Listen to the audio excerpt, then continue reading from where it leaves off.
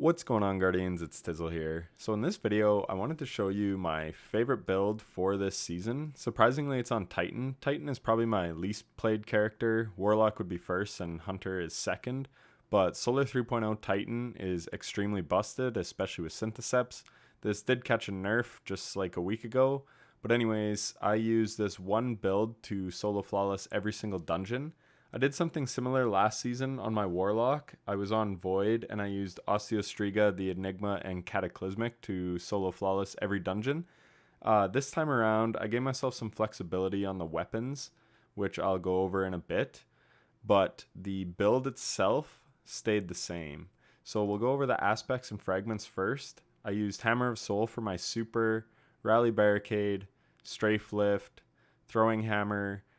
For 3 of the 4 dungeons, I used fusion grenades, and then for Grasp of Avarice, I used solar grenades because they're just better for ad clear. I already soloed the duality dungeon, so I didn't bother soloing it again. If you want to see my run, it's up on my YouTube channel.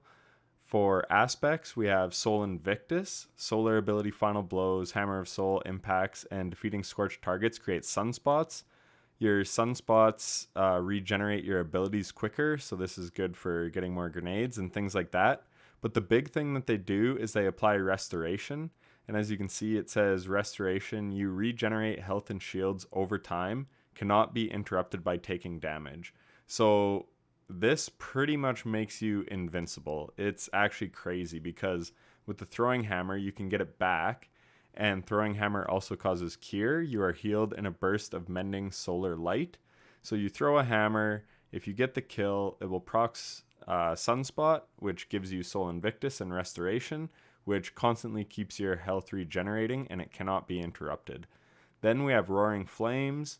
That's how people are doing such huge damage with Syntheseps and the Throwing Hammer, is you stack 3 times Roaring Flames, and then Syntheseps procs Biotic Enhancements, and it just allows your hammer to bonk everything and just take everything out super quickly. I will have the runs of the solo flawless dungeons coming out over the next 4 days, and you can see I use the hammer to basically take out every single trash ad, and then I just use my weapons for boss damage pretty much. So that's what you want to run for aspects. For fragments, I've got these on, but I'll focus on 2 first. So Ember of Solace, Radiant, and Restoration effects applied to you have increased duration. Again, this is pretty much making us invincible. Radiant also, I think it's a 25% damage increase. But yeah, so Radiant gives us a damage bonus, and then Restoration keeps us alive. So it's honestly OP. It's crazy. And then Ember of Torches, powered melee attacks against combatants make you and nearby allies radiant. So all you have to do is land your throwing hammer, and you're going to proc Ember of Torches, which will make you radiant. So that's super strong. And then for the other ones, I've got Ember of Beams. This just helps me land my throwing hammers when I cast my super and gives me 10 intellect. And then Ember of Wonder, rapidly defeating multiple targets with solar ignitions generates an orb of power. I'm not even really ever getting ignition kills.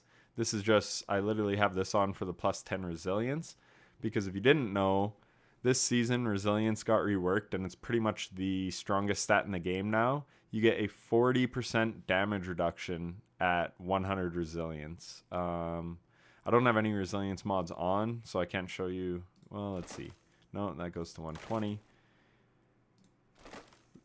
So there it goes down to 32%, which is still good, but you want 100 resilience. It scales exponentially.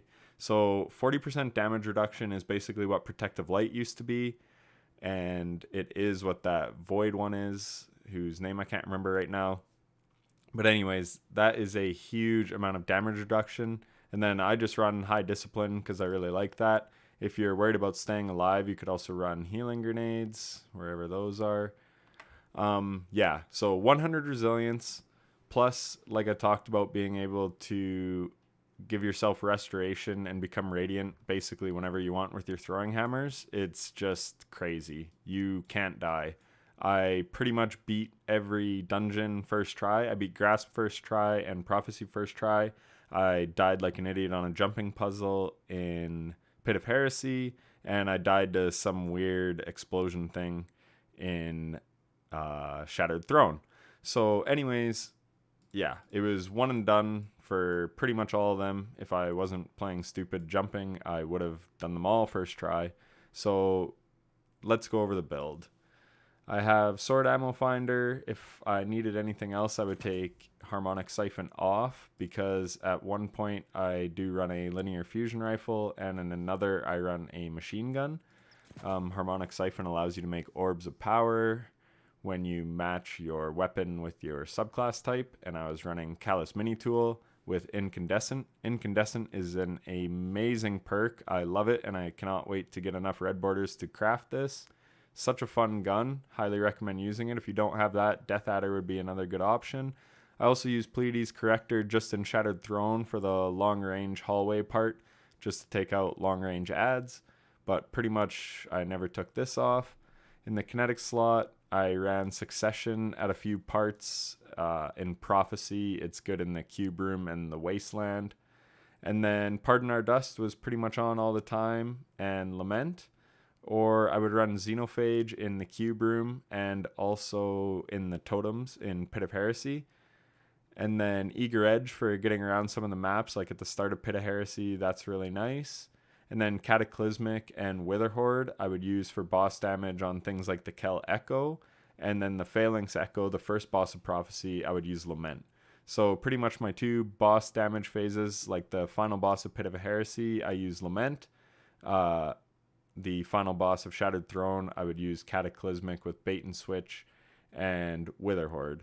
So that was pretty much my two boss damage loadouts. So let's continue with the loadout. Like I said, I would have a ammo finder on, and then melee wellmaker. This is huge. Obviously, we always have a melee up with our mini hammer unless we throw it away, so you just have to be careful not to do that.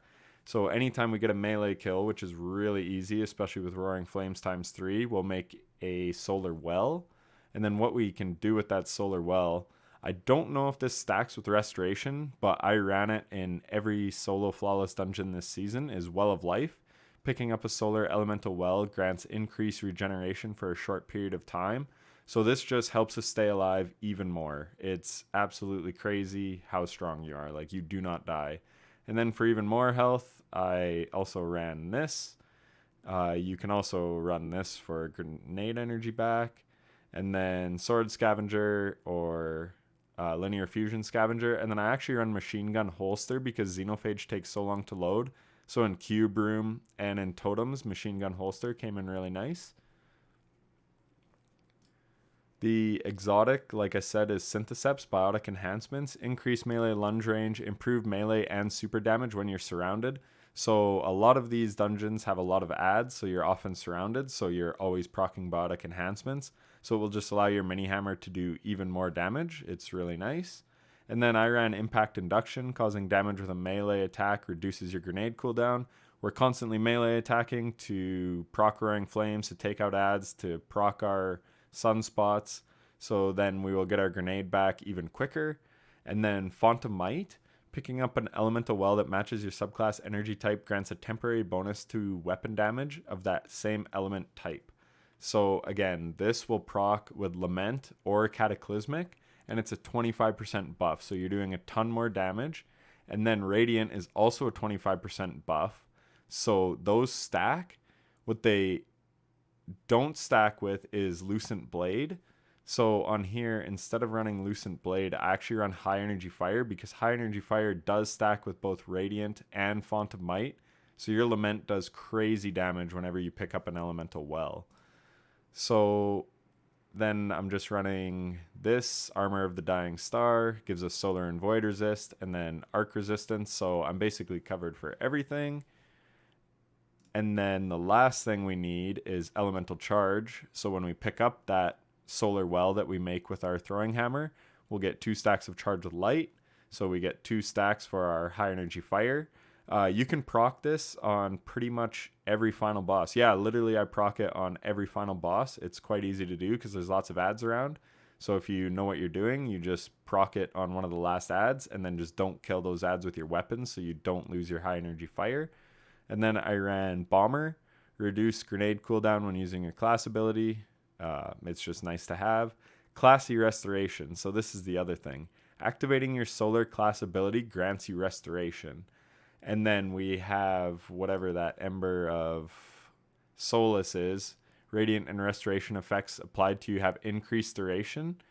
And then Rally Barricade, its base cooldown's 32 seconds. I'm not sure what its cooldown is with 100 resilience, but you can literally chain Rally Barricades.